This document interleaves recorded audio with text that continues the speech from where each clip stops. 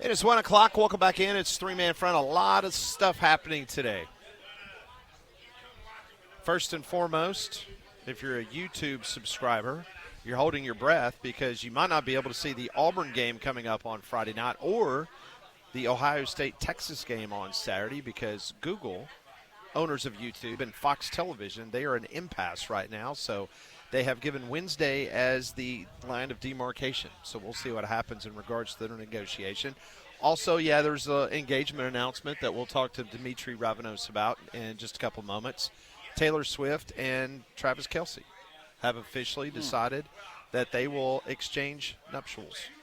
So congratulations to those two. Alabama cancels next year's 2-year series with West Virginia. I would anticipate that the folks in Stillwater, Oklahoma are probably holding their breath because Alabama will soon cancel that series, which is supposed to take place, I believe, in 28 and 29. I think they're going to keep the Ohio State one.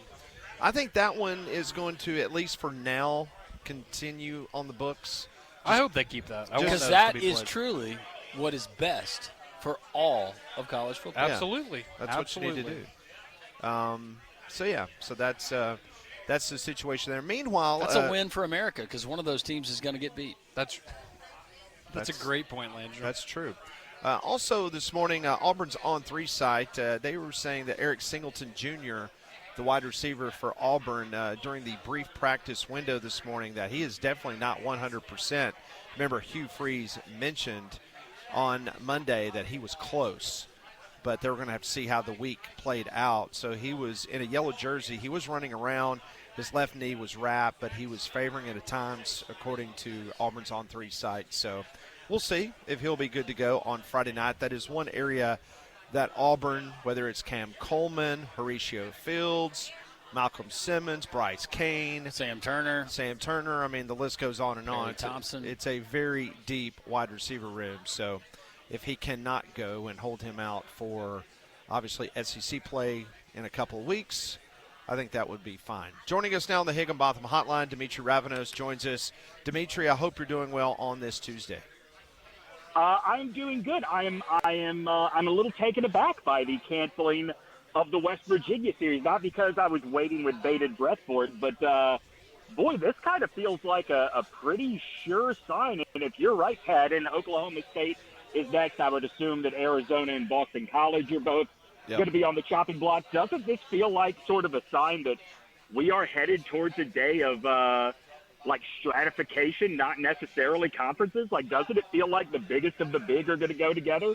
And if you can't pull your weight, you're on your own. It does, Demetri, but as an Alabama grad, besides the Ohio's, did any of those series really fire you up, the ones that you just mentioned? I mean, okay, Conrad, I hear you, but if I may also pull my as an Alabama grad card, back in the days when our primary non-conference opponent was a Conference USA Houston, yeah, it did. I mean, it was just nice to see Big 12 and ACC and Big Ten teams on the schedule. Well, this is Landrum who asked you the question. Thank you, Demetri. I appreciate you thinking I referencing me sound as like Conrad. You're now dead to me. Oh, wow. I'm not going to lie. My first thought was, how did Conrad gain the status to ask the first question? My bad. My bad. You know that wouldn't be me, Demetri. Come on. You know the pecking order on this It's show, all Demetri. good. What are you talking about? All right, so let's talk about Lee Corso. And if anyone was able to read your article from Barrett Media, I mean, this is going to be an emotional weekend as Lee Corso says goodbye on air, and we got a little taste of it last weekend with some videos that ESPN shared. Yeah, and Reese Davis's video, I thought, was the kind of thing that people in our business need to hear. I mean, Reese said that the thing that he learned from Lee when he took over for Chris Fowler as the anchor of College Game Day was that Lee Corso's mantra is, and this is like a verbatim quote, it's entertainment, sweetheart. Football is just our vehicle. And I think it is really interesting, not just what has become of Game Day, but Fox's answer.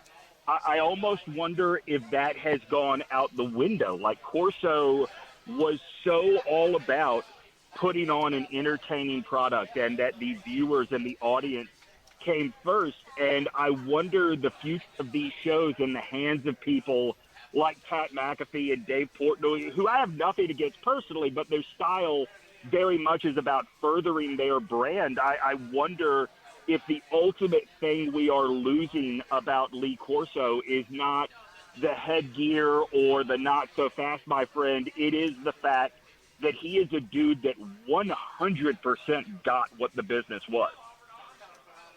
So, Demetri, and that's kind of what I wanted to get into with you, because I thought in your article it's very interesting how you brought up, kind of the career arc for Lee Corso of when he needed to be the guy, he was happy to be the guy. When he needed to take a step back and let other people be the guy, he had no problem doing that as well. He was just kind of all-encompassing, and I guess you're not ever going to be able to replace that. Do you think, with Nick Saban, right? I think we all agree he did a great job last year, but it just doesn't seem like maybe he's quite as personable as Lee Corso. Do you think there's a way you could ever find another figure that the audience will relate to like Lee Corso? Is that just such a thing of the past at this point? I think if you find it, it's got to be completely organic. You cannot force someone into that role, which is why I think the smartest thing they can do is let the headgear thing, go to the big sports media bit bin in the sky, because nobody is going to be able to do that the way that he did. I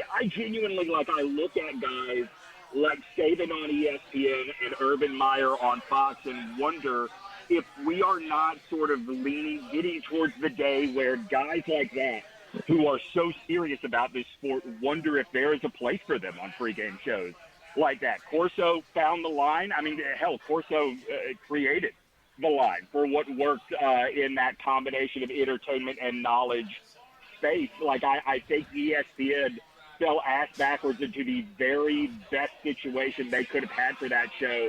And I hope everybody running it now is smart enough to know you can't just create that. You've got to catch lightning in a bottle. Demetri, would it be fair, in all due respect, to compare maybe Lee Corso, what he meant to that show and to college football fans, a lot like the Today Show back when Willard Scott was on there? Yeah, I think that's fair. I also think that, the show – I had this conversation with Kirk Herbstreit a few years ago, that the show that Game Day always gets compared to in terms of pregame shows and how much they mean to the sport they cover is obviously Inside the NBA, right? And I think the key difference, and this is why I think Willard Scott is a good comparison, the key difference is you never heard Lee Corso, even as college football completely transformed, you never heard him talk about how terrible it is compared to back when he was coaching or back when he started this job. And as much as all of us in Alabama like Charles Barkley and acknowledge he's a great entertainer, I'm not sure what he does on Inside the NBA aside from complain about the modern NBA. I think Lee Corso was so valuable, not just to ESPN because of his big personality, but he was valuable to the sport because he wanted it to succeed. Demetri, in regards to the legacy of Lee Corso, and, ESPN did just an amazing thing by when Lee Corso had the stroke and he was able to come back after rehab and come back and continue to be an integral part of that program. Do you think once he does depart the show after Saturday, do you think that vacuum will kind of fill in regards to the comedic value that you would have sometimes? Or you think this is going to be more of a kind of a stand-up program that you will not have that kind of fun and frivolity that you used to have?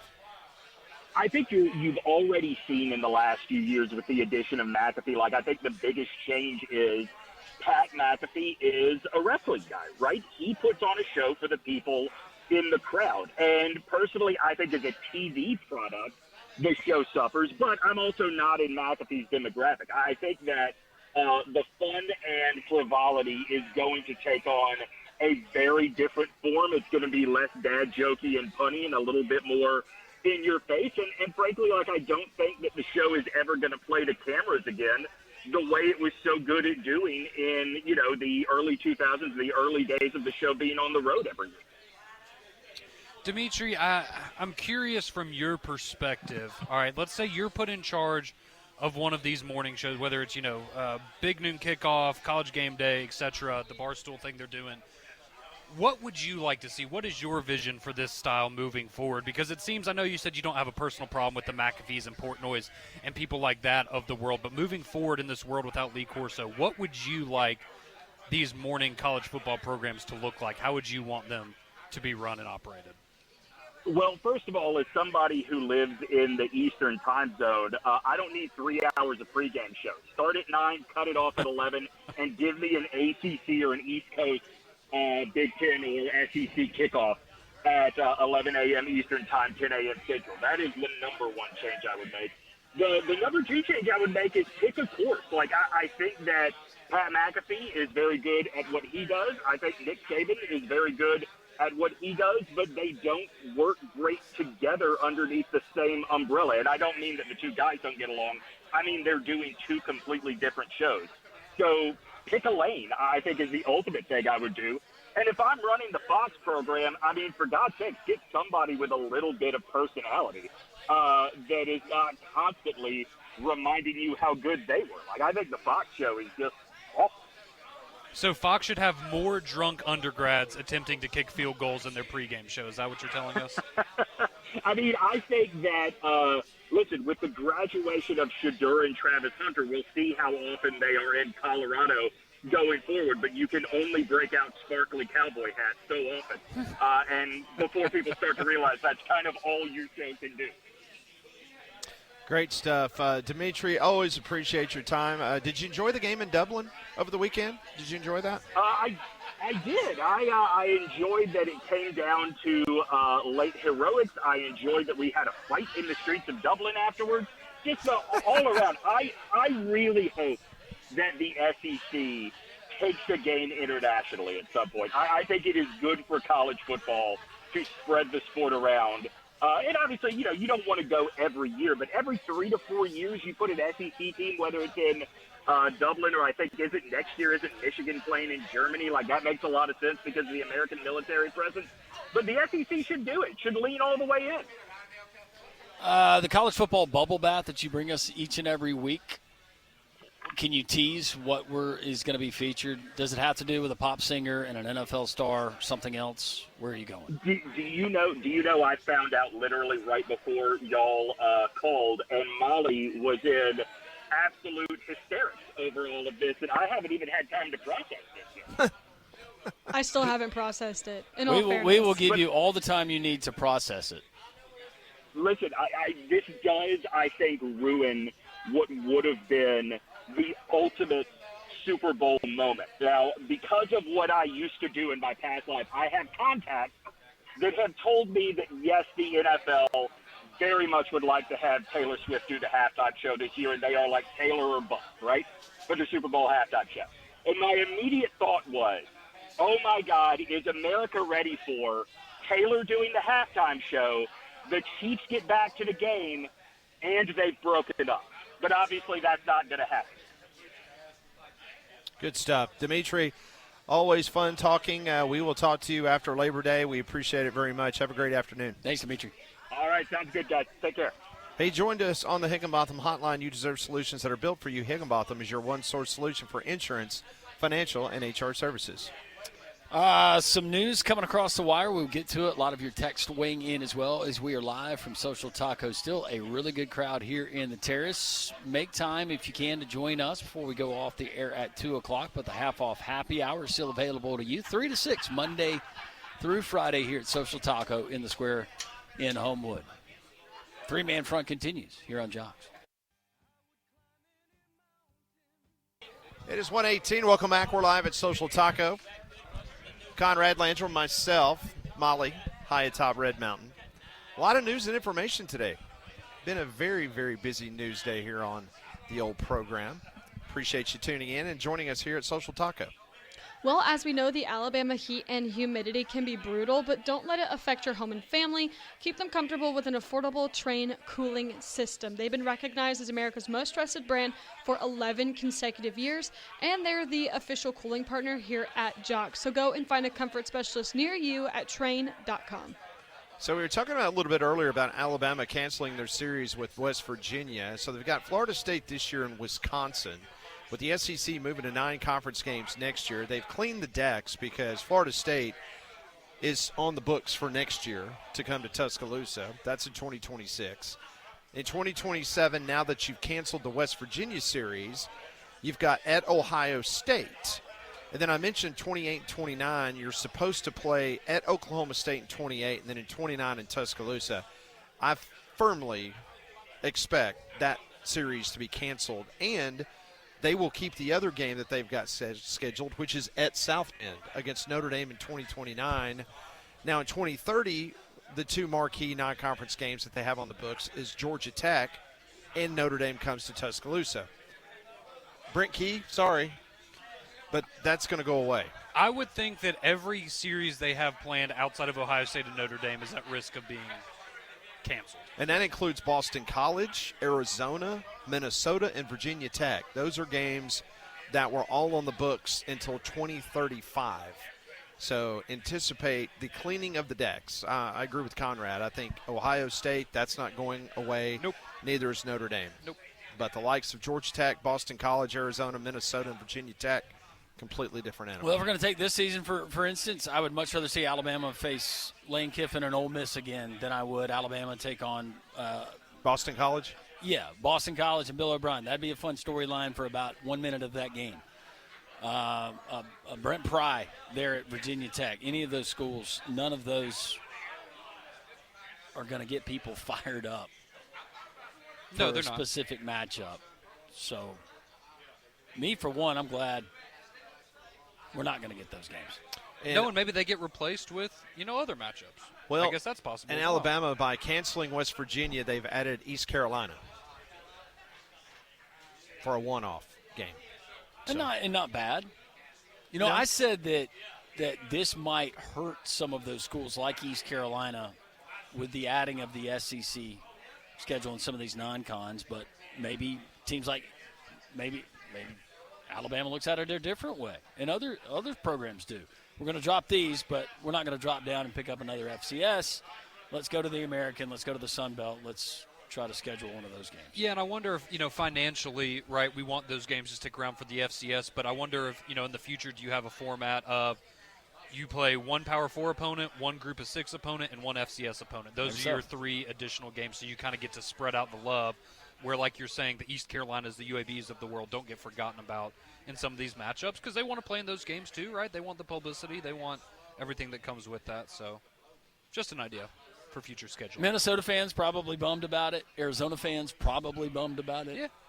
But Alabama fans, no, not so much. Yeah, I mean, because you think about those schools that's being canceled, that is like a big feather in the cap to their season ticket package for the next year. Absolutely. I mean, it's like, hey, we've got Alabama coming, to Morgantown, or we've got Alabama coming to Chestnut Hill. I mean, that's pretty wild, to be able to have that. Yep. The other big story that we've kind of been talking about has been the situation developing with YouTube TV. It has confirmed that it is in active negotiations with Fox TV for a new contract. If companies can't reach an agreement by Wednesday, Friday night's Auburn-Baylor game and Saturday's Texas-Ohio State matchup may be unavailable on YouTube TV. If no agreement is reached long-term, then Landrum and Molly will get a check for $10. Or actually, Nice. it'll be a credit that you can use at your... I'll take the credit. You could use that on 1 month of, what is the YouTube no ads? There you go. I've got the backup plan ready to go Okay. where I can still watch it at my house, but I will take the $10 credit. But I hope I don't have to go with the backup plan. He's really excited to host you and Molly. So I don't want to get our favorite streamers' hopes up if Who's hosting them? Lupe. our Lupe, Oh, Lupe. our guy. That's right. Yeah. From and Guatemala. he was just very excited that he was going to have visitors from the South again. And I just Now this is feel like he's going to be let now, down. I mean, people have asked me about this, and this is not. I mean, I know that we do a lot of shenanigans on this show, but this is a real deal.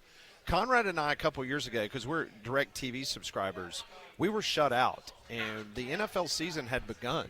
Yep. And we could not get ESPN programming, so we went on Twitch, which is a platform that a lot of gamers use Yeah, to people stream their. Yeah, you might have seen Janai Broom on there last year playing Fortnite. Yeah, he played Twitch almost every night. Yeah. And it did not affect his play. No. So we found a Guatemalan kid who was on Twitch, and he was the second screen. Like he would have his little pop-up in the corner of the screen, and you would have the actual ESPN broadcast, and Lupe was sitting there talking about what he was seeing. Yep.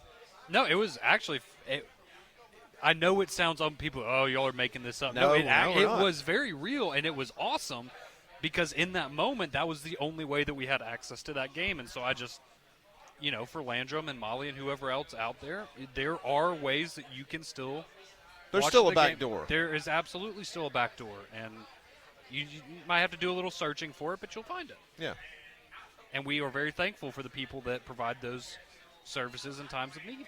Well, Such as this, perhaps. And Landrum and countless others, they have indoor HD antennas, so they can still get local television. So you will be able to get the Fox affiliate in Birmingham or wherever market you're listening, whether it's Huntsville or Montgomery, Mobile. If you got an indoor antenna, you'll be able to pick up your local Fox station and you'll be able to watch the game. Speaking of backdoors, did you see the big announcement? That was good. That was good. Jackson Arnold's teaming up with Dude Wipes. Yeah. That was good. That's big. That's really big. I like, so with the, what'd you say the draw was? It is the Save the Toilet Paper for Rolling Tumors Toilet corner. paper belongs in the trees. So use the Dude Not on your Wipes skin. on your behind. Yep. Yeah. I like good strategy. They said Colorado's got Depends. We got to go to Auburn right now. We got to get in front of these college football Any fans. man in here, including at this table, they say, hey, we got an endorsement deal and you're going to get free product as a part of that, we would all take it. Absolutely. Dude Wipes are great. Yeah. We don't get paid to say that. They are great. But if you're interested in a possible sponsorship opportunity on the show, we would always welcome that as well. That would actually be yeah. very fitting for my feet. Do they make feet wipes particularly? No, they're Dude Wipes, dude. Yeah, you can use them on any part of your dude. Yeah. So you just keep going down as you're cleaning it off? What is wrong with you? Huh? I mean, I know what's wrong with you, but I had to ask that for our new listeners. That's right. What is wrong with you, Conrad? A lot of things. A lot of things. No, that is a very clever sponsorship there from Dude Wipes. So very cool. Thinking Got to outside keep your the quarterback box. clean all season long. That's right. Keep his jersey clean and keep his Backside. backside clean. Yeah, and his feet if you're Conrad. Yeah. I was about to say, you could do some really funny things with, maybe have a Damari Alston commercial where he's like, yeah, when I'm back there, man, it looks clean every Saturday. I was going quarterback jargon there, but I don't need to do it. No, what he needs to do is was the partnership announced with his center? Oh, that'd be perfect. That'd See what be I'm even talking better. about? Even better. Yep.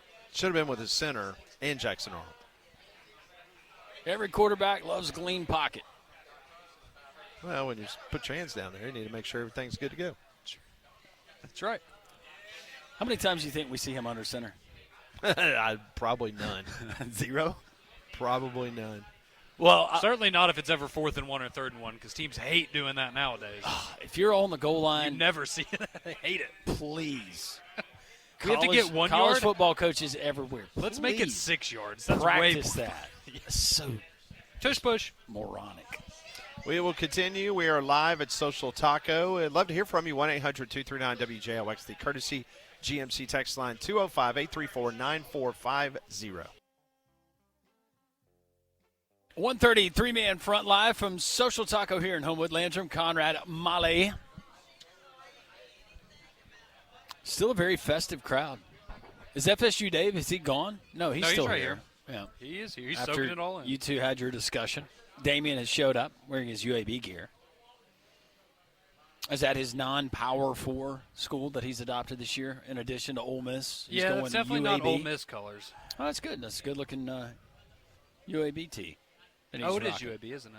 Yeah. SocialTaco.bar for more information. Check out the great menu and the wonderful time that we're having. You probably hear it through your speakers, but the time that you can have with your friends and come in and enjoy, whether it's brunch, whether it's lunch, whether it's dinner, a private event, They have that available as well. But Social Taco, it's such a fun time, especially during football season. It's year-round, it's fantastic. great. Yeah. But football season, you get people coming in. They're wearing all their gear. They're talking smack. We had 2 brothers, family divided, family of 6 or 6 brothers. 3 brothers went to Alabama, 3 brothers went to LSU. And you had one of the LSU brothers, one of the Alabama brothers coming in today. It was their first time. They had heard about it. They listened to the show. I just brought it all. So Avery Johnson's family would be right at home here at a Social Taco. Avery Johnson's family would be perfect for the Dr. Phil show. And they could order chicken feathers, and maybe that would bring them together, because if nothing else will bring you together, it should be the chicken feathers. That's right. Prize Picks brings everyone together. It's the best place to win cash while watching sports. You can join millions of users and sign up today. Prize Picks is really simple to play. You just pick more or less on 2 to 6 player stat projections. If you get your picks right, you could cash in, win up to 2,000 times your money. Yesterday, on the more or less, Spencer Strider went less than 6 strikeouts. We were good there. Went more on the hits, runs batted in, 1.5 for Ronald Acuna. He was hitless. He didn't score a run. He didn't draw a walk. He didn't knock anybody in. So we lost on that one. You got to get 2 or more right. Tonight, I'm going to put the pressure on you. We're going with your Yankees, taking on the Washington Nationals. See, the problem is you didn't go with Schlittler last night as he was on the bump, our new favorite Yankee. I should have gone with Cam Schlittler. That's right. Giancarlo Stanton. Hits, runs batted in, 1.5. All of those combined. Any combination of those. We just got to get more than 1.5. He's flying under the radar a little bit because the Yankees haven't been great. He might be the hottest hitter in baseball right now. He has been on an absolute tear, so I'm going more for Giancarlo. He has saved our season. All right, we're going more there. And how about Austin Wells? 0.5. Hits, runs batted in. I'm going to go less for him. He's had a couple good days, so he's hitting 200 on the season. He's overdue for a stinker, so I'll go less. So more on Giancarlo Stanton, less on him. Yep. If we hit on those 2-player projections, we're a winner. This is what you do. You download the Prize Picks app today. Use code WJOX. Get $50 in lineups after you play your first $5 lineup. That's code WJOX. Get the $50 in lineups after you play your first $5 lineup. Prize Picks, run your game. Well, we have so many great games coming up this weekend. Obviously, we spent a lot of time on Auburn and Baylor on Friday, and, of course, Alabama FSU on Saturday. But all 16 teams from the Southeastern Conference, Landrum, going to be in play. And it's going to start off on Thursday, actually, as you're going to have Missouri taking on Central Arkansas there. Of course, as we mentioned, you've got on Friday Auburn versus Baylor. So I think for the Missouri game, we all agree Central Arkansas probably not going to be a big test for them, but will be interesting because we know they're going to play 2 quarterbacks in that game, Landrum, with Bo Pribula and then Sam Horn as well. So interesting to see maybe how that competition settles itself there for Drinkwitz. But we have some of the bigger games in the SEC. Of course, at 11 a.m., Texas and Ohio State. What are your expectations for the Longhorns going into this game? Is it win or bust, or are you just looking to see, okay, Arch Manning looks comfortable, maybe Texas falls to Ohio State, but the pieces are there for a great season for the Longhorns? I think this is going to tell us a little bit more about Texas and how their season goes than maybe it will Ohio State. Okay. And maybe that's an indictment on the Big Ten this season, but I look at Texas's schedule still with a Georgia game. You got A&M. I can see this Texas team losing. I told you guys this months ago. I could see them losing 3 regular season games. And what if? What if Arch Manning is not what, and not fair to him, but that Manning name carries to it and the expectation of finally it's Arch's time. He's going to dominate college football. What if he's not that guy? What if he's just good? What if he's Quinn Ewers, maybe a little bit less than Quinn Ewers? Like that. Again, I thought Quinn Ewers was a solid college quarterback, but there's obviously a ceiling of what Texas could do with him while he was there. Do we believe that? Do you believe that Arch Manning can be better than Garrett Nussmeier has been at LSU? He can be. Do you consider Garrett Nussmeier one of the top 4 quarterbacks in the conference? Yeah, I would take Garrett Nussmeier Okay. for Arch Manning, no question, right now. But Garrett Nussmeier wasn't perfect. No, a lot of turnovers, a lot of interceptions. LSU didn't make a college football playoff under No. Garrett Nussmeier. Good point. So What I'm saying is, do they have enough of the other pieces around Arch Manning, which they've recruited very, very well? But is that enough if Arch Manning is having one of those off days? Well, and that's my thing with Texas is I think you could make an argument that on paper they might have the best defense in the country right now. Maybe. And I think that should be the Texas calling card this year. Right now, if Arch Manning is everything, like what did we talk about yesterday, 3,500 passing yards, 700 rushing yards, 50 touchdowns, Heisman finalist, all this great stuff, then, yeah, Texas is probably going to be fine, at least one of the final 4 teams of the season you would expect there. But, again, who it's needs to it's be better hard in your to say opinion? that. Ty Simpson or Arch Manning? Who needs to be better? Arch Manning. No. But I also, and I will say this, right, we don't know. We're not nearly as in touch with what's going on at Texas as we are with Alabama. But from the people I've talked to in Tuscaloosa, not saying that you want the backup in over Ty Simpson, but I think a lot of confidence has grown in Austin Mack this offseason to where if something did happen to Ty Simpson, I don't think you would see a huge fall off from the Alabama offense. All of that being said, what I just said about Texas, I got a sneaky suspicion they win that game in Columbus. It will be – see, it's hard for me right now. Just because it's in Columbus, it gives me that lean towards Ohio State. But I think if you have questions about Arch Manning, you probably have even more questions about Julian Saint because we've actually never seen him really on a playing field. But you do have arguably the 2 best players in the country, and Jeremiah Smith and Caleb Downs if you're Ohio State, and that kind of helps you out. So maybe Ohio State, some better individual talent, but I do think the best group on that field on Saturday will probably be the Texas defense. Then again, last time I saw a team from the SEC that wears white and orange as their colors got dominated on that, December night? Yeah. That is that's a good point. So that's certainly going to be an interesting game there. Of course, Texas-Ohio State, 11 a.m. on Fox there on Saturday. This is a game, Landrum, I think is flying under the radar because it's at the same time as Texas-Ohio State. So you're going to have your multi-screen setups ready to go for all you listeners out there. But that's Syracuse and Tennessee. And I understand now, Tennessee's lost a lot of the luster, I think, with Nico, and maybe not even people expecting him to be great, but you felt like the potential was there, right, where if he took that next step, wow, look out at what Tennessee could possibly be. But now with Joey Aguilar there, still a top 25 team, should have a good defense, should have a good running game. But I'll be honest, I think Syracuse, I'm not saying I'm going to pick them to win this football game, but I think Syracuse might be a little trickier than some people are giving credit for.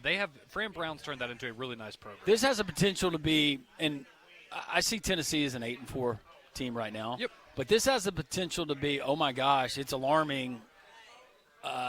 Tennessee might be in real trouble this year if they struggle in this game. If you lose this game, I think the fan base is not going to be doing very well. With a loss, for sure. Yeah. I'm saying a 4-quarter, you got to dig deep in the last 5 minutes to get a win. You win on a touchdown on the last drive kind of thing, yeah. So that will – I think that will at least be a good litmus test week 1 of a little bit of what we're going to get from Tennessee this season. Yeah, no, I think it's a game they should win, but if they don't win it, then or like you said, maybe it's a game you have to squeak out there in the final minutes of the fourth quarter. Maybe it starts to shift some of the perception of what Tennessee can be this year. Also at 11 a.m. on Saturday, you've got Mississippi State and Southern Miss, a bit of an in-state battle there as Jeff Lebby tries to improve on last year's rough season. Pat will be a big fan of this one. 11:45, Toledo in Kentucky, as the Rockets will travel to Lexington. And Zach Calzada. I know we joke about it a lot. All 220 of him. Are you intrigued at all to see what this Kentucky offense looks like, or do you just not have any faith or hope that they can be better than what we've got in the last couple of years? I have less intrigue about Kentucky in any facet of their team this year than any other team in the Southeastern Conference. I would agree with that. I'm much more interested in what Mississippi State could potentially do with Jeff Lebby in year 2 than not that there always what is, Kentucky's gonna but be. there is, in my eyes, there is no sizzle around this Kentucky program right now. Mark Stoops, he just doesn't seem like a guy that's content, doesn't seem like a guy that is in love with where college football has gone, with his duties, the demands put on him. I'm not saying he's lazy. He just would rather coach football. I think he is totally out of love of what's going on. and you look at how that roster got rated, well, it was Barry and Brown. What they had of that roster from a 4-8 team a year ago? No, there's no intrigue. Well, I think their saving grace the last few years, right, is maybe not a lot of people knew who Will Levis was when he came over. But then that second year, it was like, okay, maybe there's something there. It didn't work out great, and I'm not going to make any Will Levis jokes at Damien's expense, but you had a little bit of intrigue there. Then you bring in Devin Leary from NC State. Then you bring in Brock Vandegrift. Right? Like, you brought in guys that, college football fans were looking and go, okay, you might have something there. Ultimately, they did not. But I don't think Zach Calzada gives you any sort of that excitement or sense of optimism around what the offense could be like some of the guys in the past have done, and they all did not fare particularly well at Kentucky. You also have Marshall in Georgia. I know Mike Griffith talked about that earlier. I know we talked about Gunnar Stockton, and Mike kind of went a deep dive into that. Gunnar Stockton and Ty Simpson, where are you, I guess, and I feel like they're very similar, right? Yeah. I guess we've seen Gunnar Stockton play in a more meaningful situation in the playoff last year. Do you have one lean one way or the other? Who do you have higher expectations for? Do you think they have similar ceilings for their teams this year? I think they're very similar. Compare and contrast. I know that Gunnar Stockton, if anything else, he's a tough cookie. Yep. He'll take a hit. He will take a hit.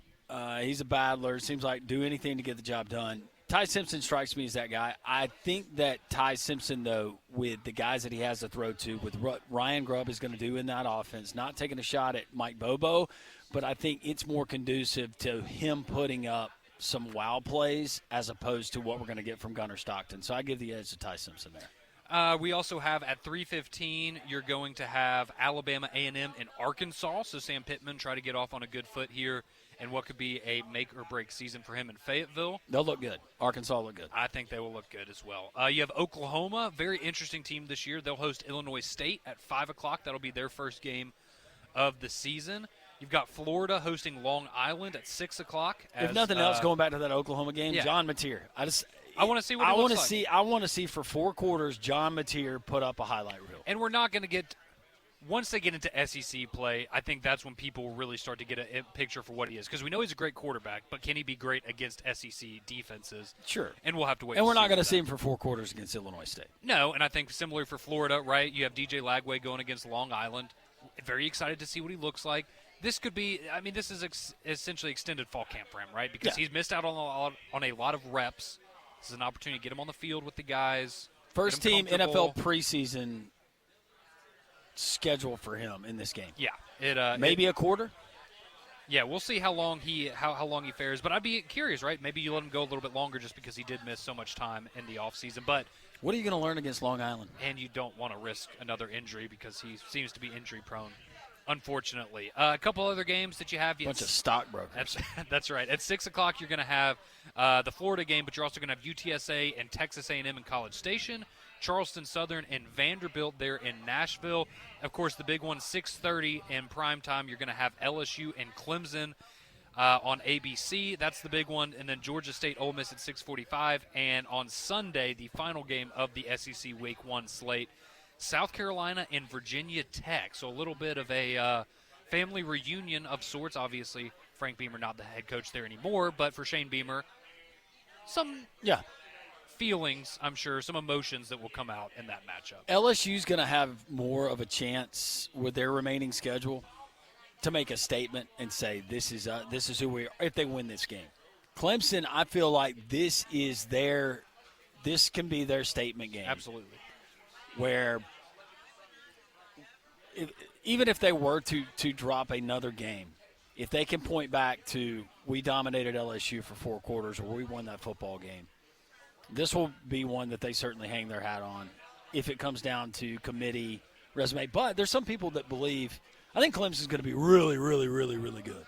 I do too, and I think for a lot of this is a great way to prove it. Come out of the gates, come out hot, veteran quarterback, and I'm not saying name your number, but be comfortable in the closing seconds. Remember last year and how that game looked against Georgia, right, early in the season, where people wrote off Clemson immediately of, okay, they just can't compete. They obviously came a long way in the season, but talk about the growth you could see. I know it's not Georgia again, But if you go out and you do have a dominant win or an impressive win over LSU, I think that's going to give you a lot of confidence that, okay, Clemson's not just a team that can cruise through the ACC and make the playoff, but they will legitimately be a national title threat. And I think a lot of people's eyes at that point, if they're not already. For sure. And that's going to be that's two quarterbacks that we might be talking about in the Heisman discussion when it comes to Garrett Nussmeier and Cade Klubnik. Very much so. Oh. Very much so. A lot of Tigers in that game. 2 of them. Yep. But Clemson's the only one that looks like it's been on meth. Yes. He's scary. That Tiger looks like he has not used dude wipes. No. He uses the paw. That's like, what's going on? I'm feeling not so fresh back there.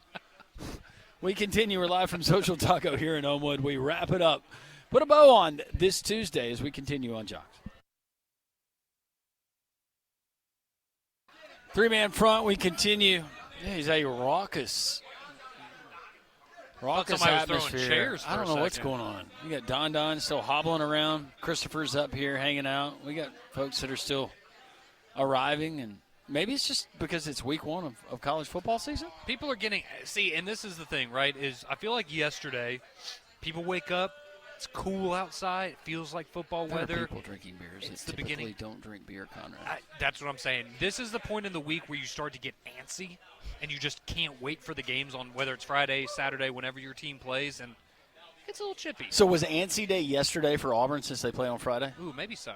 Maybe so. So today's mega antsy day because Don's – I don't know what he's doing over there. I mean, my does. team I think- plays on Thursday, and Taylor Swift got engaged today, so I'm ultra antsy. Oh, my God. Is this, Molly, is this top 5 best days of your entire life? Probably, yeah. Oh. It's a great day.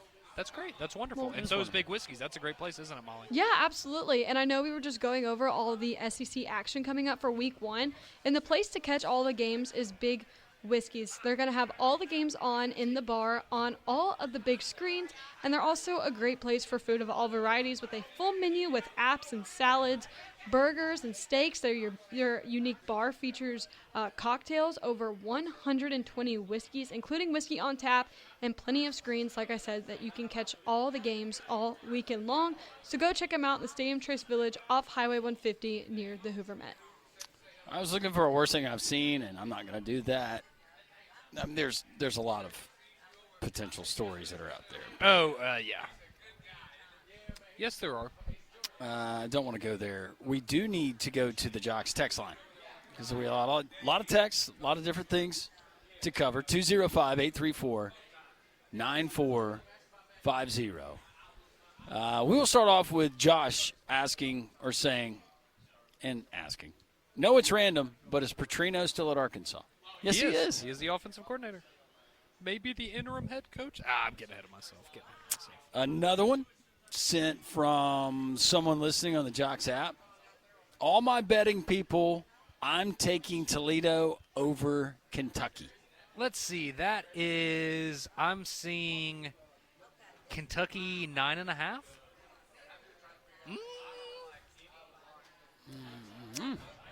Does Toledo pick to win the MAC this That's year? an interesting one. Weren't they? That's a good question. They were up there.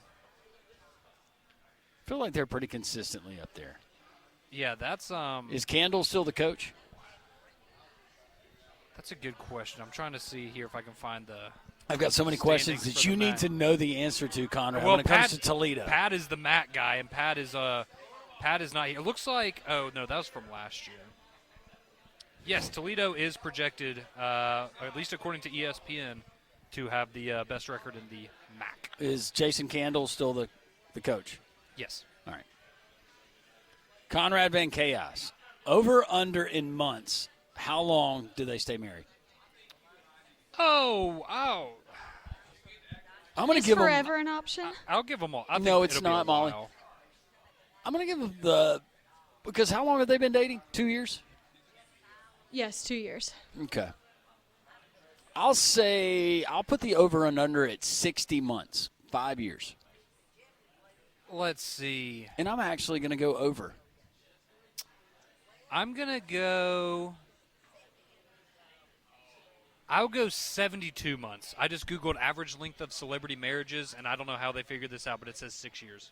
It's actually more than I thought it would be. I know. I thought, well, you've got, your Britney Spears and Kardashians that, get married for 3 weeks. And that kind of brings the average down a little bit. But yeah, I think genuinely, I do think that I don't know them personally. They seem like they genuinely care about each other, and I would think that they would be together for a while. Richard, great Jocks listener, texting in. You always turn up the energy and hyperbole the week of Game 1. It always gets everyone ready for the season. You're right. We're here for it. I'm excited. We're the match to your fuse. I am less tired when I wake up in the morning. I feel just more invigorated in life. This is the best time of year. Posey says they'll stay together until Kelsey retires. See, then she realizes she doesn't want him around. That's a fair point. I liked practicing, training. But how much is he really doing? Because he seems like he spends a lot of time with her. I'll call this right now. Travis Kelce, this is his last year in the NFL. That's my prediction. And then he becomes a stagehand for her. A backup dancer. That's right, absolutely. And an actor. He's actually he was pretty good in Happy Gilmore, He'll be in every Adam Sandler movie hated coming out in the future. That's going to do it for us. We appreciate all of you. All of our guests can be found there at the podcast. Thanks to Molly Robinson, Pat Smith, Don, and all of our friends here at Social Taco. For Conrad Van Order, I'm Landon Roberts. Enjoy the rest of your Tuesday. God is great. Be careful.